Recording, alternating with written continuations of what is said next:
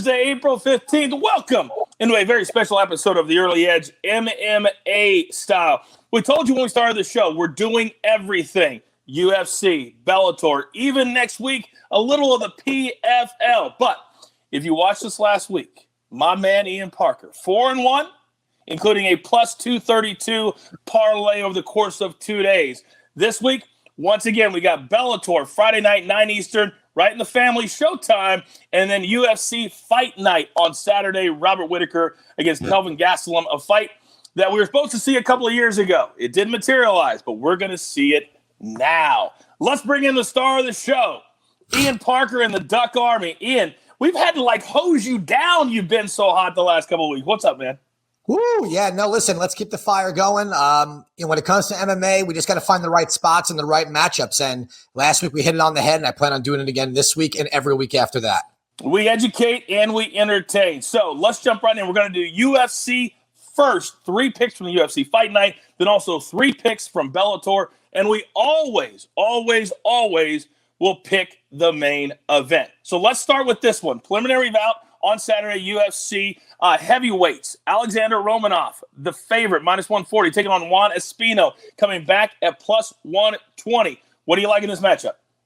So this is an interesting fight. We don't usually get to see prospect versus prospect. I believe that Juan Espino is a very good fighter, known for his submissions. However, he's going against a giant athlete in Romanov. As long as Romanov can control his cardio and not come blazing out of the gate, he should be able to get this fight to the ground and dominate. Too big, too strong, too good of a wrestler. Give me the big man, Alexander Romanov.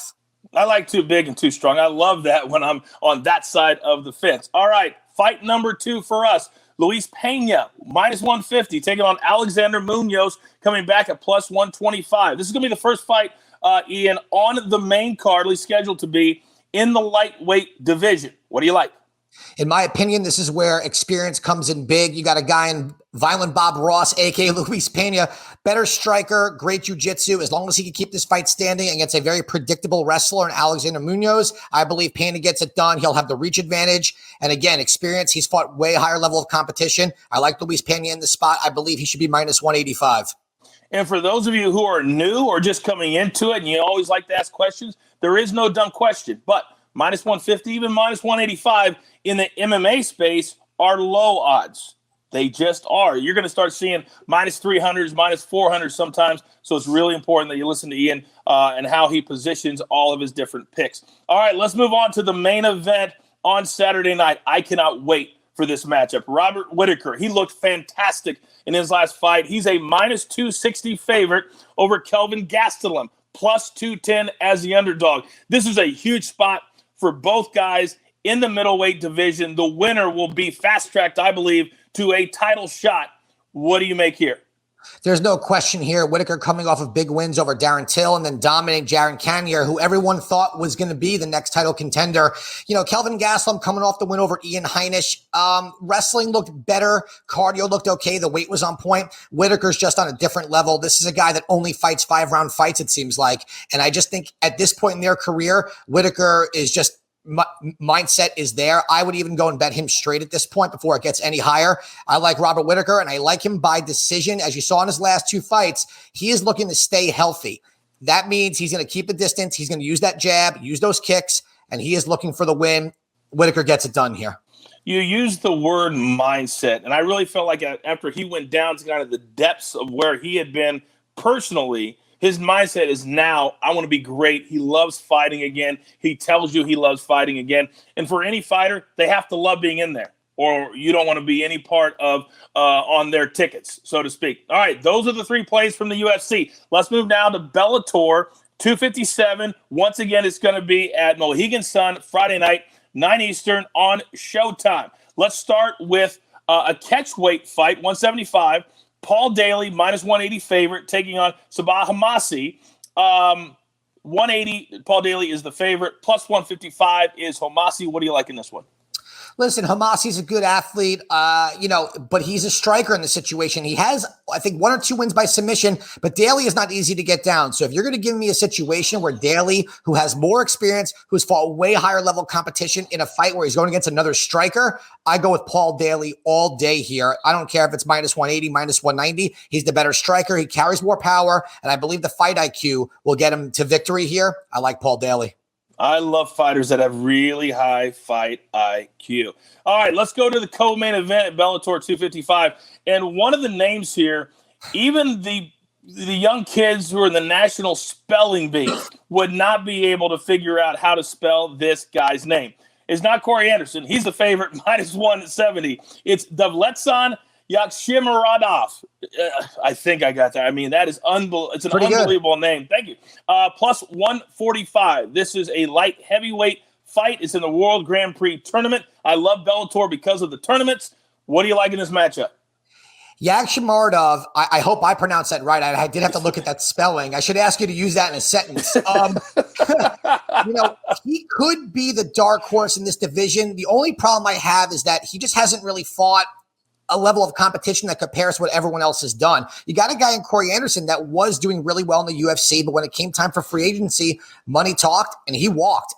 And that was actually a pretty decent rhyme. When he came into Bellator, he took on Melvin Manhoff, who's not known for his wrestling, very dangerous striker. I'm on fire today, right? So in that fight, Corey Anderson, you want to talk about high fight IQ? He did it. He kept his distance. You did not want to get into a brawl or a Muay Thai fight with a guy like Manhoff. He took the fight to the ground, put a guy on his back that he had an advantage with wrestling, and he won by TKO. In this fight, he's going to have a huge reach advantage. He's going to have like a 2-person reach advantage in this situation. As long as he can keep his opponent at a distance and then eventually work his wrestling to the ground, Corey Anderson should absolutely advance into the next round. So I do like Corey Anderson in this spot.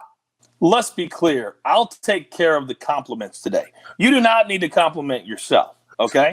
Just give me the picks. Just give me the picks. All right, speaking of picks, let's go to the main event, Bellator 252. This is Nemkov, minus 200 favorite over Phil Davis, who's a plus 170 underdog. It seems like Phil Davis has been around forever, but he is still part of this World Grand Prix tournament. There's a big carrot at the end. This is, again, in the light heavyweight division. What do you like? I like the champ here. I like Nemkov. Look, Phil Davis, fantastic athlete, good wrestler. It just hasn't really transitioned within Bellator, getting a split decision win over Lyoto Machida.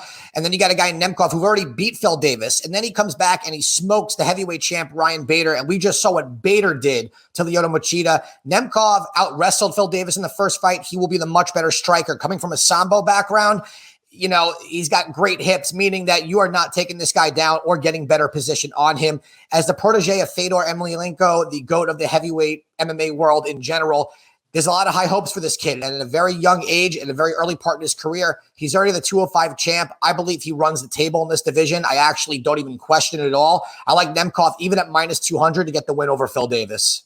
The beauty of these tournaments in Bellator is that the champion has to defend their title every single step of the way. So if they make it to the end, they have to defend their title 3 times against high-level competition. Now, our viewers, our fans, they love themselves some parlays. Give me a 4-way parlay that you love this weekend.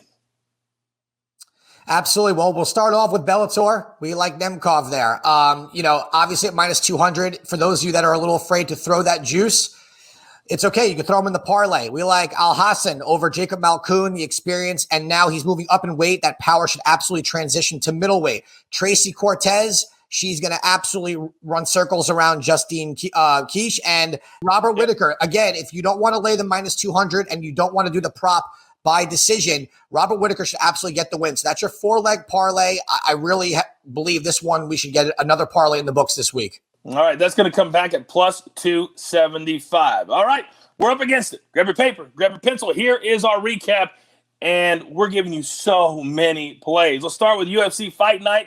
He loves the Duck Army, loves Romanov, minus 140, Luis Pena, minus 150, and then in the main event, Robert Whittaker, by decision, plus 130. That will bring the number down. But you also like betting Whittaker straight up at the minus 260 as well. Bellator 257. Love Nemkov, the champ, minus 200 over Phil Davis.